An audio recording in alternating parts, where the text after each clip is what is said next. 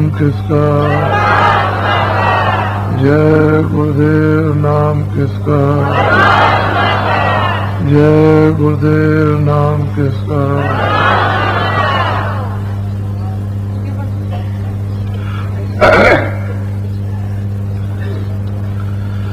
आप सभी प्रेमी जन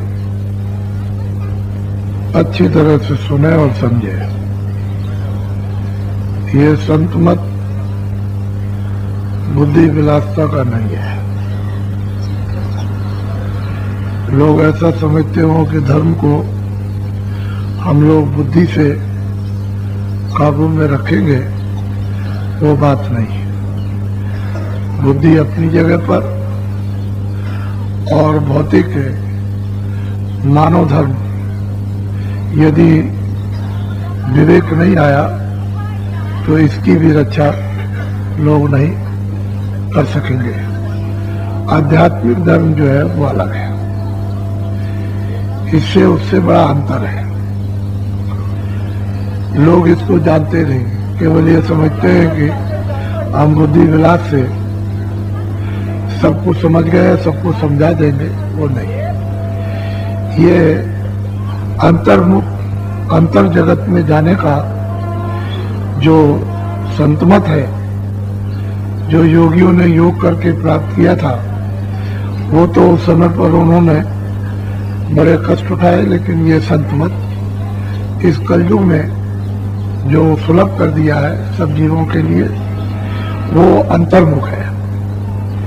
अंतर जब तक जगत की तरफ, चेतन जगत की तरफ नहीं हम प्रस्थान करेंगे तो बाहरी जगत में जो इंद्रियों की विलासता है उसमें आपको कुछ नहीं मिलेगा। इसमें केवल आपको रोग धोग, बीमारी, परेशानी, इसमें ये सब चीजें आपको मिलेगी, लेकिन इसमें आत्मा की जागृति नहीं होगी। संत मत अंतर जगत जाने का अंतर्मुख है। तो जब आपके पास सब चीजें है, आंख भी है, कान भी है, नाक भी है, तो अंतर्मुख हो जाओ, ताकि जो आपके आंख और कान नाक बंद है वो आपके धीरे से खुले। बाहर के आंख कान नाक अगर बंद हो जाए तो बाहर से क्रिया आपकी बंद हो जाए, न देख सकते हो, न सुन सकते हो। और न सुन सकोगे, जब सुनने को नहीं मिलेगा तो आदमी सांस नहीं लेगा तो मृत्यु हो जाएगी।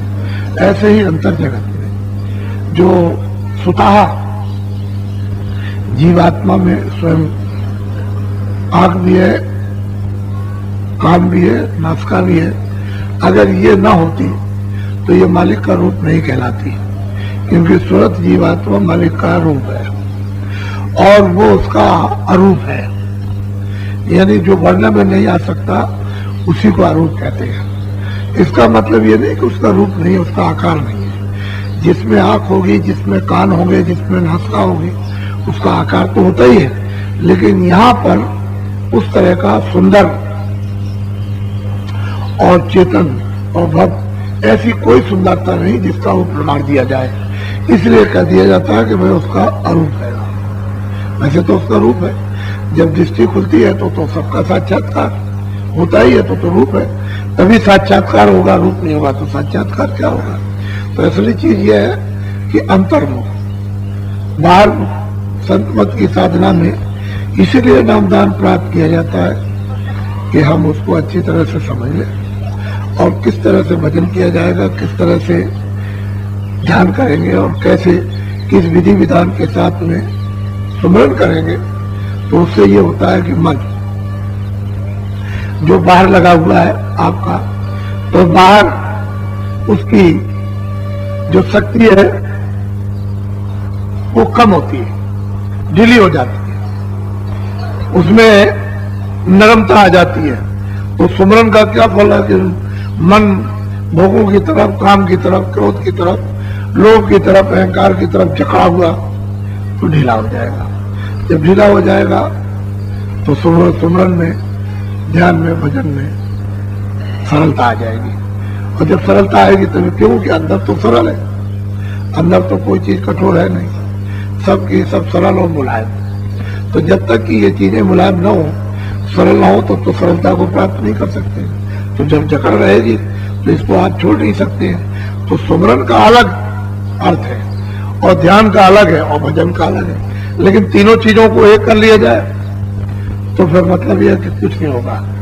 अलग अलग चीजें, जिसका नाम है वो अलग है, उसका रूप अलग है, फिर उसका स्थान अलग है, उसकी आवाज अलग है।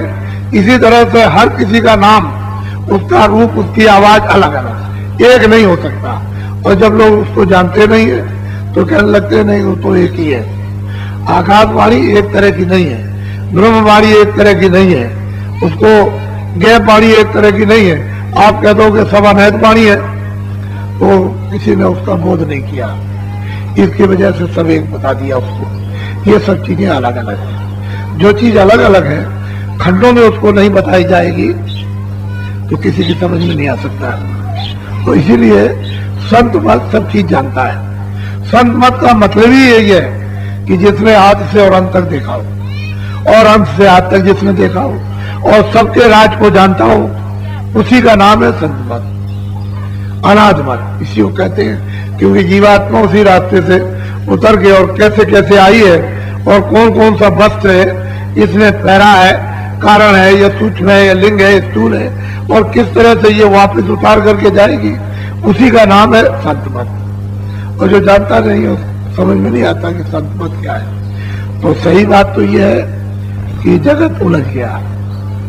ये जितने भी मानव शरीर में जो आत्माएं इस समय आई है, प्राणी, वो सब जगत में इस तरह से उलझ गए कि उनको विश्वास नहीं होता है। जब तक खोज नहीं होगी तब तक उनको विश्वास नहीं होगा। तो बाहर मुख हो गए सबके सब अनेक अनेक चीजों में, और बाहरी फिर बाहरी चले जाते हो। बाहर चीजें क्या है, जड़े और अंतर्मुख चेतनता है। तो गुरु भी अंदर ही दर्शाता है कि भाई अंदर चलो तो तुम चेतन को भी प्राप्त करो और जीवात्मा निकल जाए तो ये भी चेतन हो जाए, इसका भी जागरण हो जाए और जीवित हो जाए। जब एक मर्तबे इसका जागरण और जीवित होती है फिर इसकी मौत नहीं होती है। मौत का मतलब यह है कि शरीर धारण करे, और जब अंदर उसका जागरण हो गया, जब वो चेतन हो गई, होश में आ गई, तो जन्म मरण से छूट जाएगी। फिर उसका न जन्म होगा न उसका मरण होगा। तो हमको वो अंतर्मुख साधना में विश्वास करना चाहिए। तो सत्संगियों को ये चाहिए कि जो बताया गया है उस काम को पहले करो। आखिर घर में भी तो बहुत से काम करते हो, खेती भी करते हो, दुकान भी करते हो, बच्चों की सेवा भी करते हो, आए गए रिश्तेदार की भी सेवा करते हो, मेहमानदारी भी करते हो, कहीं जाते हो वहां भी लोग आपकी सेवा करते हैं। तो ये काम तो शारीरिक है, लेकिन जो भजन है वो आत्मिक कार्य है। शरीर स्थूल है, इंद्रियों के कार्य ये है, और इसके साथ में जो जीवात्मा उसका अलग कार्य है। तो जब तक हम बाहर न समझ जाए और बाहर से अपने लगाव को हल्का न कर दें, ढीला न कर दें, तब तक आप अंदर नहीं जा सकते। तो सत्संगियों में ये सचेतता और सावधानी नहीं है और दुनिया में बह जाते हैं। शब्द का अर्थ तो समझते नहीं, वो दुनिया में लग जाते हैं। आप देख रहे हो कि कितने बड़े बड़े पाप हो रहे हैं। जो कर्म पाप होते हैं, शरीर से जीवों को सताया जा रहा है, कोई मार रहा है, कोई काट रहा है, कोई खा रहा है, कोई गाली दे रहा है, कोई कुछ कर रहा है, कोई चोरी कर रहा है, कोई डकैती कर रहा है। तो आप उनके बीच में रहते हो तो ऐसा समझते हो कि ये कर्म मुझ पर नहीं लगेंगे। संग दोष से तो कर्म आता ही, जहां रहोगे उसके साथ उठोगे बैठोगे तो कर्म एक दूसरे पर आएंगे। तुम्हारी अच्छाई होगी उस पर चली जाएगी, और उसकी बुराई होगी तुम पर आ जाएगी। तब तो तुम्हारा मामला ढेर हो गया, फिर तो कुछ कर ही नहीं पाया। इसलिए एक अलग समाज का निर्माण करना, एक अलग समूह बना लेना, जिसमें ज्यादा तक आप उसमें समय भी दे सको और जरूरत के लिए अपनी पूरी कर सको। तो समाज नहीं बनाओगे तो आपके साथ कौन रहेगा? वही लोग रहेंगे जिनका रोज कर्म आएगा, और आप अच्छाई को दे दोगे तो आखिर में दोनों के दोनों मतभेद हो जाओगे और छुटकारा नहीं होगा आपका। तो इसलिए महात्माओं ने कहा है कि भाई संग दोष का असर होता है, अच्छे संग का अच्छा असर और बुरे संग का बुरा असर। और इस पर निगरानी जरूर रखनी चाहिए कि कौन अच्छा है कौन बुरा है। और जब ये समझ में आ जाए कि अच्छा आदमी नहीं है, उससे उस संदोष से बचो, उससे अलग हो जाओ। अरे चोरी करोगे, डकैती करोगे, उसका साथ करोगे तो आप में भी भावना बन जाएगी चोरी डकैती की। और कोई काम करता होगा वो, कोई अगर मान लो बुरे अमाल करता है तो भी आप सीख जाओगे। इतनी आप में हिम्मत नहीं है कि आप वो अमालों से बच सको, उसका असर आप पर जरूर होगा। इसी तरह से सत्संगियों को भी चाहिए कि एक अच्छे समाज का निर्माण करें, एक अच्छे समाज के बनाने में प्रयत्न करें, क्योंकि हमको संसार में 50 वर्ष तक, 60 वर्ष तक, 40 वर्ष तक, 20 वर्ष तक हमको रहना। बहुत से तो बच्चे चले जाते हैं बचपन में, पैदा हुए जो 4 साल के आए, समय पूरा कर दिया चले गए। तो मनुष्य शरीर पता नहीं किस समय किस घड़ी में और कब आपकी श्वासें पूरी हो जाए और यहाँ से आप चल दो, तो आप दूसरे के बोझे को अपने ऊपर क्यों लाते हो? उसकी बचत करो। महात्माओं ने बराबर इसको बताया, लेकिन आपकी समझ में नहीं आता है। तो असल में चीज ये कि ये परमार्थ भाषण का नहीं है, ये कमाई का। हम लोग भाषणबाजी करेंगे तो फिर कमाई से दूर हो जाओ। भाषणबाजी उतनी करो जितनी जरूरत है, बच के रहो, अपनी पूरी पूंजी तो खर्च हो नहीं। और भाषण वहां तक हो जहां तक दूसरे की, अगले की कुछ समझ में आ जाए। अगले की समझ में आया नहीं और आपने अपनी पूंजी को खत्म कर दिया, तो आपको कौन होशियार और कल अकलमंद कहेगा? पहले से चिल्लाते रह जाइए, कुछ नहीं होगा। तो गुरु की जो शिक्षा है, जो नसीहत है, उसको बहुत सावधानी से समझना, ग्रहण करना और अमल में ले आना। अगर उस शिक्षा से चलोगे तो बचत हो जाएगी, नहीं चलोगे तो फिर ये है कि कर्मों का क्षेत्र है, यहाँ उलझ जाओगे, फिर पीछे कोई ना कोई संदोष से दंड मिल जाएगा। आप कहोगे गुरु ने बताया नहीं, गुरु ने ऐसा नहीं किया, गुरु ने वैसा नहीं किया, गुरु तो समर्थ थे और अब समर्थ नहीं है और पहले समर्थ थे, उससे वाह उसके ऊपर में कोई आँच आने वाली नहीं है। तो जो हिदायतें जिस तरह से साधकों को, प्रेमियों को दी जाए, उस तरह से करना चाहिए। नए लोग आते हैं, ये देख करके आते हैं कि आप अच्छे हो, यहाँ अच्छी शिक्षा मिलती है, अच्छा रास्ता मिलता है, यहाँ कोई बुरी बात तो सिखाई नहीं जाती, यहाँ भाई बड़ा काम करो, लेकिन तुम अपनी आदत के बस, दूसरा ये संतोष से जब दोष लग गया उसके बस होकर के कोई कर्म कर लो, तो ये तो आपकी व्यक्ति क्रिया है, इसमें कोई संगत का और कोई किसी महात्मा का तो दोष है नहीं है, वो तो आपकी आदत पड़ी हुई थी और संग दोष खराब था, इसकी वजह से शारीरिक क्रिया आपसे बन गई और उसके आप दोषी हो गए, फिर निंदक हो गए। लेकिन गुरु में इसका कुछ नहीं। तो कई प्रकार से लोगों के ऊपर में आवरण आता है, कई घटना मौत की हो जाती है, कई घटना शरीर के अंगभंग होने की हो जाती है, कई घटनाएं बीमारी की हो जाती है, कई घटनाएं गरीबी की हो जाती है, कई घटनाएं लड़ाई झगड़े की हो जाती है, तो कई घटनाएं मन विरोध की हो जाती है, मन से भी विरोध होता है, कई घटनाएं बुद्धि उलझन की हो जाती है। तो एक प्रकार की घटना नहीं होती है, क्योंकि शरीर के कर्म भिन्न भिन्न होते हैं और उस तरह का बुद्धि के ऊपर में, मन के ऊपर में, चित्त के ऊपर में, आंख के ऊपर में, कान के ऊपर में, शरीर पर उसका असर होता है। तो हम लोगों को इसकी बचत करनी चाहिए और वो बचत इसी तरह से है कि जब आपको ये बताया तो दिन में आपने किया था, पता नहीं किसका आवरण आ गया हो, आपको तो कुछ पता नहीं है, तो शाम को आए लगन के साथ में, तड़प के साथ में, रुचि के साथ बैठ गए सुमरन पर, ध्यान पर, बचत पर। तो जितना आपने कूड़ा कचरा दिन भर का जमा किया होगा, आपकी आंख के सामने अंतर में आया होगा, तो साफ हो जाएगा।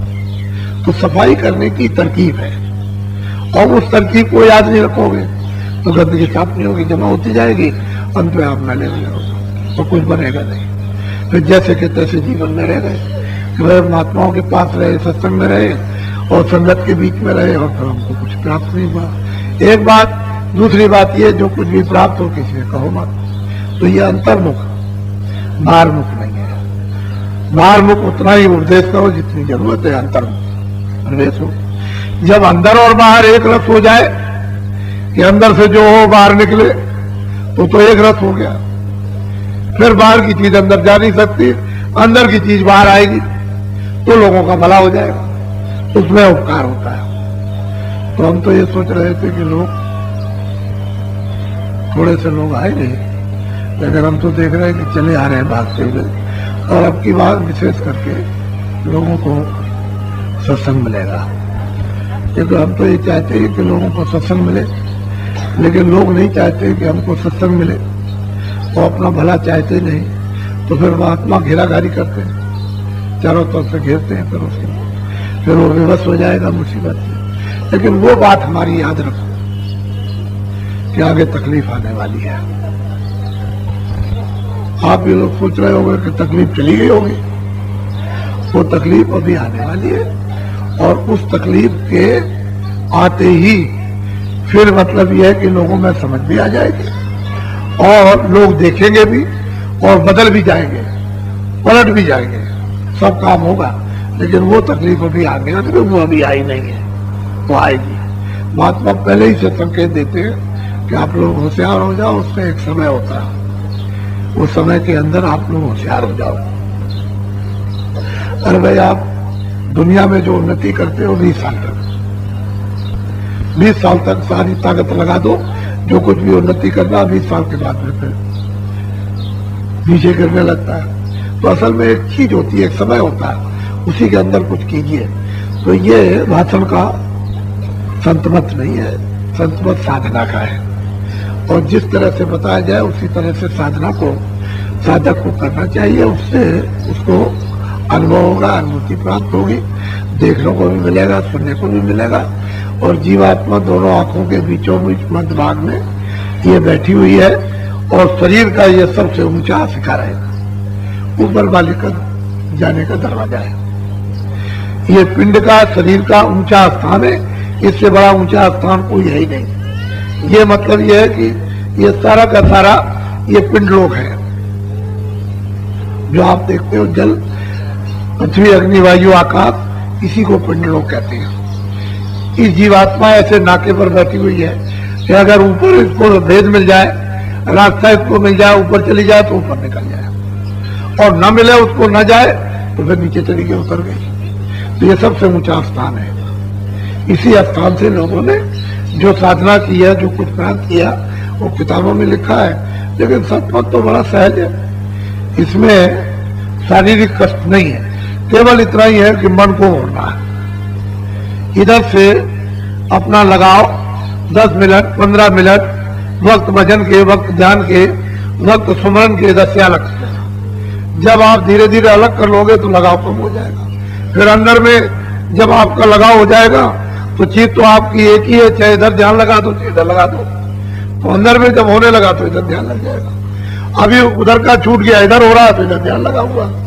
तो थोड़ा सा अपने आप को बदलने की जरूरत है, और उसी बदलने में थोड़ा सा ऐसा मालूम होता है कि हमको कोई कष्ट हो रहा है, कोई हमको तकलीफ हो रही। तो जहां इतनी शारीरिक लोग काष्ठा उठाते थे, इंद्रियों को दमन करते थे, भूख प्यास बर्दाश्त करते थे, और इसमें तो कुछ नहीं, खाना भी खाओ, कपड़े भी पहनो, देखो भी, सुनो भी, लेकिन वजन के वक्त में, ध्यान के वक्त में थोड़ा सा मन को हटा लो और अंदर में लगा दो तो काम आपका हो जाए। तो जीवात्मा ऊंचे शिखर में बैठी है, और इस स्थान पर बैठकर और सुगम और सीधा सरल सहज रास्ता अगर उसे नहीं मिला और मिल भी गया तो वो चली नहीं, तो जीवन उसका बेकार चला जाएगा।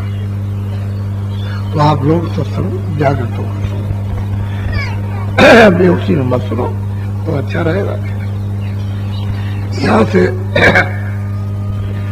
9 बजे कार्यक्रम वहां समाधि पर होगा। मैं तो इसलिए बैठ गया हूं कि चलो भाई दर्शन पर्सन हो जाएगा, तो दर्शन पर्सन भी हुआ, और 9 बजे वहां कार्यक्रम होगा। लेकिन अभी आप लोग वहां चलेंगे, थोड़ा सा श्रमदान होगा। ये संगत का श्रमदान है।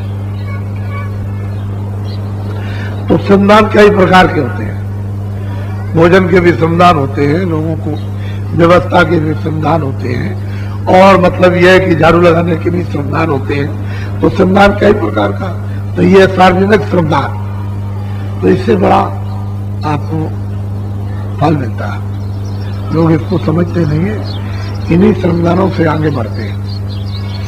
और जो जो आपने अपनी अपनी इंद्रियों के जो कर्म किए हैं, तो वो सब श्रमदान से साफ होते हैं, सफाई होती है। तो बहुत रुचि के साथ में सामूहिक श्रमदान करना चाहिए। तो अभी आप वहां चलेंगे और थोड़ा सा श्रमदान करेंगे शारीरिक। वहां वो सब सामान रखा हुआ है, जलिया भी रखी हुई है और फड़ुए भी रखे हुए हैं, बस मिट्टी उधर से उठाना और वहां डालना। फिर मैं अभी आता हूं समय से और वहां सत्संग करूंगा। बोलो जय गुरुदेव, जय गुरुदेव, जय गुरुदेव, जय गुरुदेव।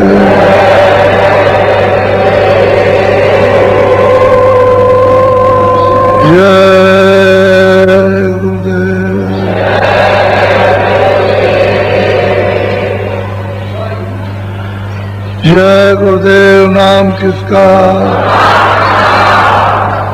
जय गुरुदेव नाम किसका,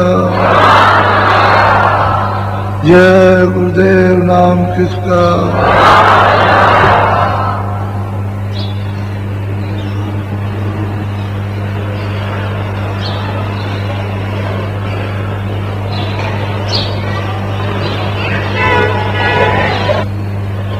इस संसार में आप सभी लोग रह रहे हो,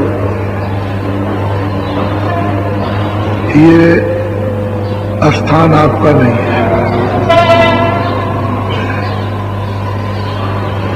ये परदेश है। और परदेश में मिलजुल कर मोहब्बत प्यार से एक दूसरे की सेवा ले देकर ईमानदारी और मेहनत के साथ रहोगे तो परदेश का समय आपका आराम से निकल जाएगा। और आप परदेश में मोहब्बत प्यार नहीं करोगे, सेवा न लेना न सेवा, ईमानदारी मेहनत भी नहीं करोगे तो परदेश में चैन अमन से नहीं रह सकते। यही वजह है कि हम लोग परदेश में रह रहे हैं। तोड़ना फोड़ना, गाली गलौज, मारना पीटना, किसी की वस्तु छीनना, चोरी डकैती, ये जो कर रहे हो प्रदेश में, इससे आपको अमन, चैन यानी शांति नहीं मिलेगी। ऋषियों मुनियों ने, संतों महात्मा महापुरुषों ने जो भी शिक्षा दी वो आपको चैन अमन की दी है।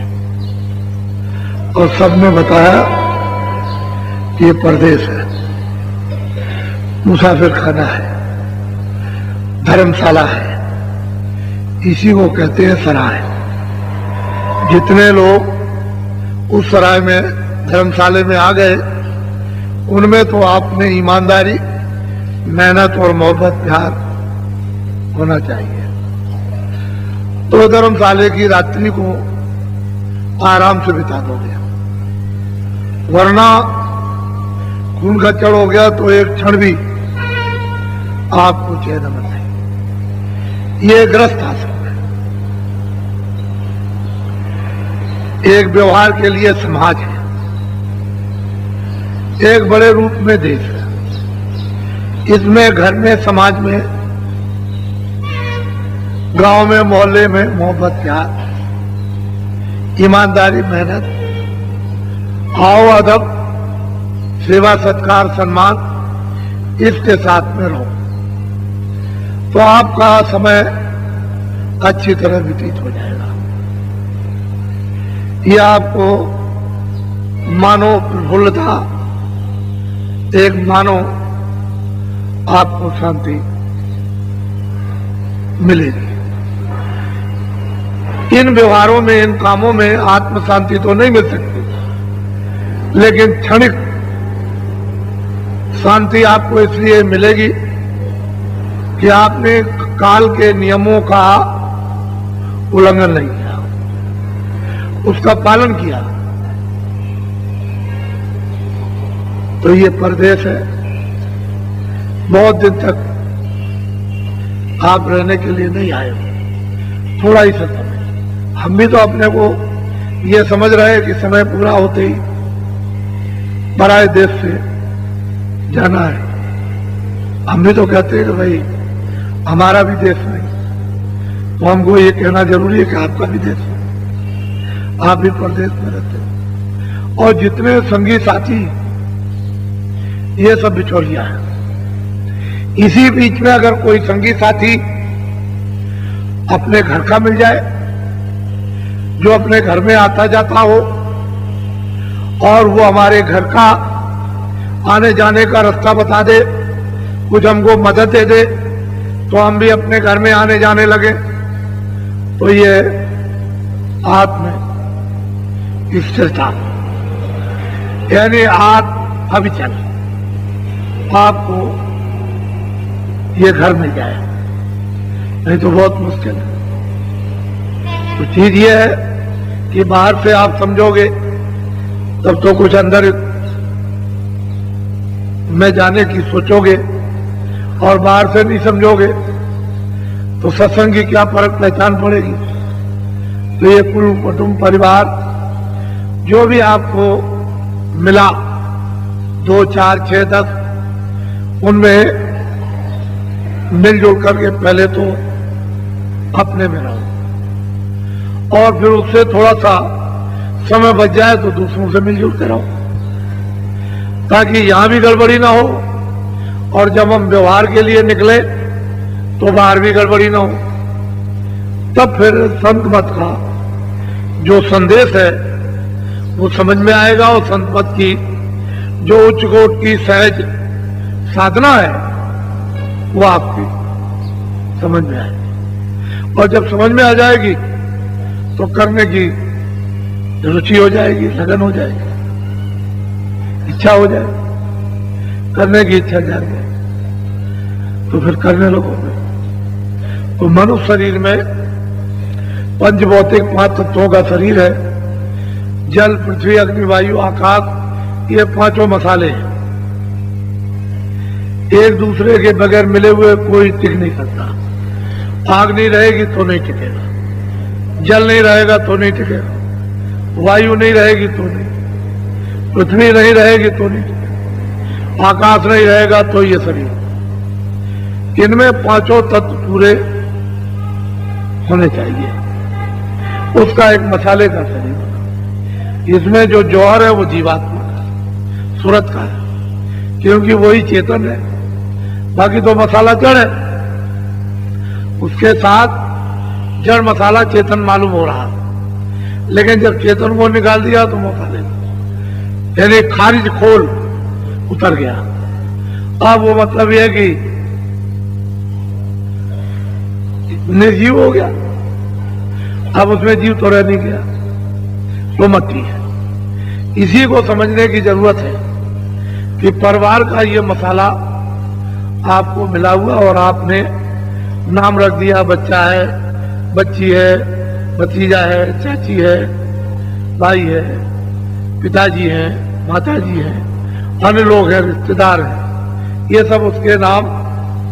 जब तुम आए थे तब तो किसी नाम को नहीं जानते थे, तुम्हारे सामने तो कोई नाम नहीं पड़ा था, लेकिन बाद में फिर ये सब संबंध बने, नाम पड़ गए। अब एक तो आप दूर का समझते हो, एक निकट का। संत मत में ये बताया जाता है कि सबको निकट का समझो, जो भी हो दूर का क्यों समझते हो, इसलिए समझो कि उस घर की जहां के हम हैं, उसी घर की शरीर में जीवात्मा रहती है, और हम एक ही घर के रागीर हैं। तो आप उसको यूं क्यों नहीं समझते हो कि हम सबकी सेवा करें, सबसे सेवा लें। जब ये मानव उच्च कोट का जब आपके अंदर विवेक पैदा हो जाएगा, तब मतलब यह है कि साधन फिर क्रिया आपकी प्रारंभ होती है और फिर साधन में मतलब ये साधक को सफलता मिलती है। नहीं तो मनुष्य शरीर में ये जीवात्मा दोनों आंखों के पीछे बैठी है। ऊपर से सहतल कमल से निरंजन भगवान बैठकर अपनी आवाज देते हैं, तो उन्होंने अपनी आवाज को तकसीम कर दिया।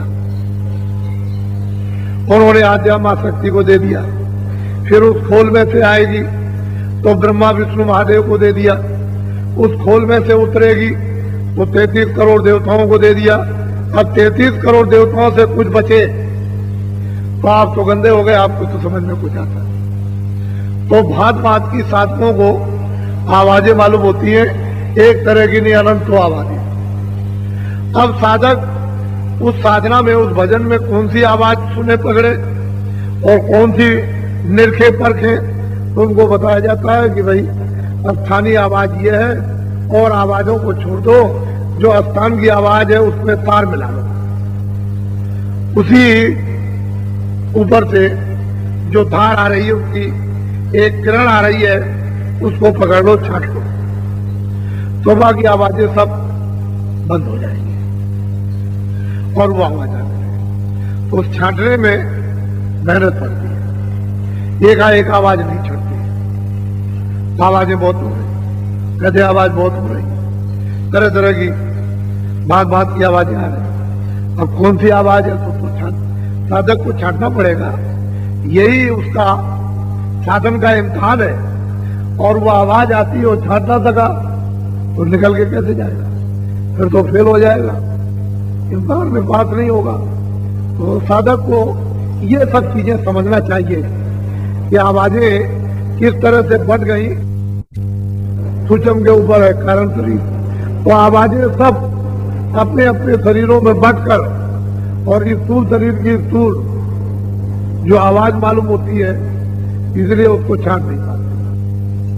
कान पर इतने मोटे मोटे पर्दे स्थूल है, कर्मों के पड़ गए, सूक्ष्म कर्म और लिंग और प्रत्यय कारण कर्म पर्दों की तो बात बहुत दूर रही, तो आपकी समझ में नहीं आता है। लेकिन धीरे धीरे जब आप आवाज को पकड़ोगे परखोगे तो धीरे धीरे समझ में आने लगेगी और आवाज के सुनने से पर्दे जो है उनकी सफाई होती है।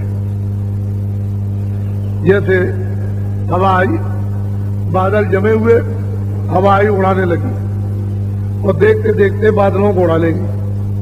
ऐसे ही शब्द है कि जैसे वो आना शुरू हो गया तो जो जमे हुए थे हैं बिल्कुल एकदम से बारीक हो जाएंगे और बिल्कुल बारीक होकर मुलायम होकर उड़ जाएंगे, साफ हो जाएंगे। तो कान खुल जाते हैं, आंख खुल जाती है, दिखाई देने लगता, सुनाई देने लगता। लेकिन हम इस भेद को जो सहजल कमल में बैठ करके निरंजन भगवान जो आवाज दे रहे वो किन किन में आवाज होकर के और फिर हमारे पास तक आ रही, इसको नहीं समझोगे और फिर छाटने की आप क्रिया को नहीं जानोगे और मन को कैसे, बुद्धि और चित्त को कैसे रोका जाएगा उस आवाज के सुनने और परखने, तो फिर आप साधन नहीं कर सकते। इसकी जरूरत है।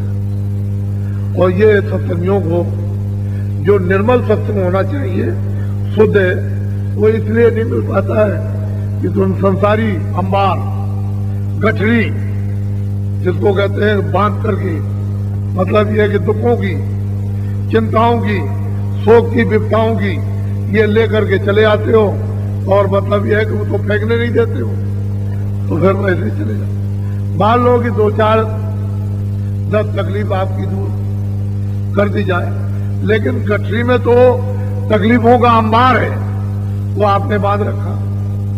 तो ऐसा कर लेने दो कि गठरी फेंक जाए तो कम से कम अंबार तो तकलीफों का खत्म हो जाए, लेकिन वो फेंकने नहीं देते। नहीं नहीं नहीं, इसको मत फेंकिए, ये तो रहने दीजिए और तकलीफ दूर करिए। तो कैसे दूर होगी? बोझा हटेगा तभी तो तकलीफ दूर होगी। अब सिर पर बोझा लेता, ऐसा नहीं होता। तो पापों की गठरी लोग जब अपने सिर पर बांध करके रख लेते हैं तो दब जाते हैं और उनकी समझ में नहीं आता। इसीलिए कहा है कि जब पापों का गड़ा भर जाएगा तो सृष्टि में उथल पुथल भांत भांत की, जल से होगी, पृथ्वी से होगी, अग्नि से होगी, उथल पुथल वायु से होगी, आकाश से हो जाएगी। ये उथल पुथल होती है फिर, क्योंकि मसाला इनमें से जब कोई भी जल, पृथ्वी, अग्नि, वायु, आकाश जब हजम नहीं कर पाते हैं तो उथल पुथल होती है।